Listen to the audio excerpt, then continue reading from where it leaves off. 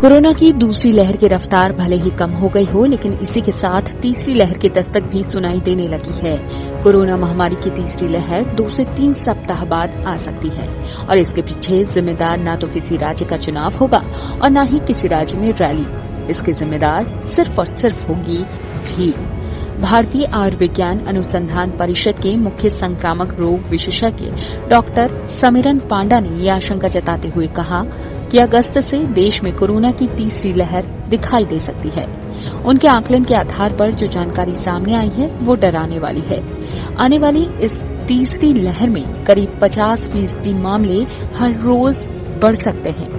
अगस्त में आने वाली लहर के दौरान रोजाना तकरीबन 1 लाख से अधिक मामले सामने आ सकते हैं। इसका मतलब साफ है कि तीसरी लहर खतरनाक है। हालांकि दूसरी लहर की तुलना में ये काफी कम है, क्योंकि मई के पहले सप्ताह के दौरान देश में रोजाना 4 लाख से अधिक मामले सामने आए थे।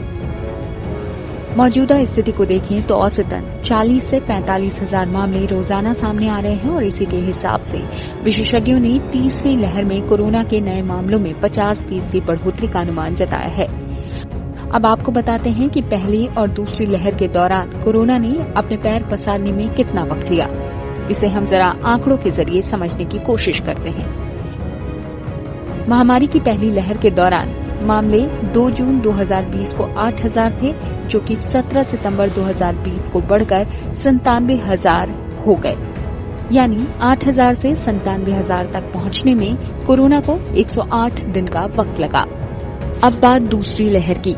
कोरोना के मामले 2 फरवरी 2021 को 8,000 थे, जो 5 अप्रैल 2021 को बढ़कर 1,03,558 तक पहुंच गए और यहां तक पहुंचने में इसे सिर्फ 63 दिन का वक्त लगा।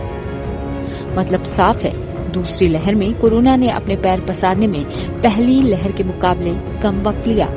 खतरा कितना बड़ा हो सकता है, अब आप खुद भी समझ सकते हैं।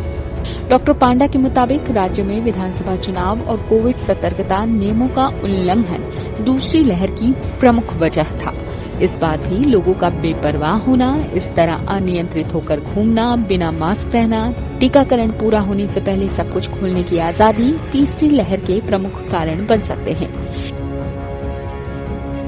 विशेषज्ञों का कहना है कि अब भी देर नहीं हुई है। अगर देश का हर व्यक्ति कोविड नियमों का पालन करे, उसका ख्याल रखे, फिर आपस में एक दूसरे को नियमों का पालन करने के लिए बोले, तो स्थिति नियंत्रण में आ सकती है। अगर आप ये वीडियो YouTube पर देख रहे हैं तो हमारे चैनल को सब्सक्राइब करें और बेल आइकन को दबाना ना भूलें। अगर आप Facebook पर ये वीडियो देख रहे हैं तो हमारे पेज को लाइक करें।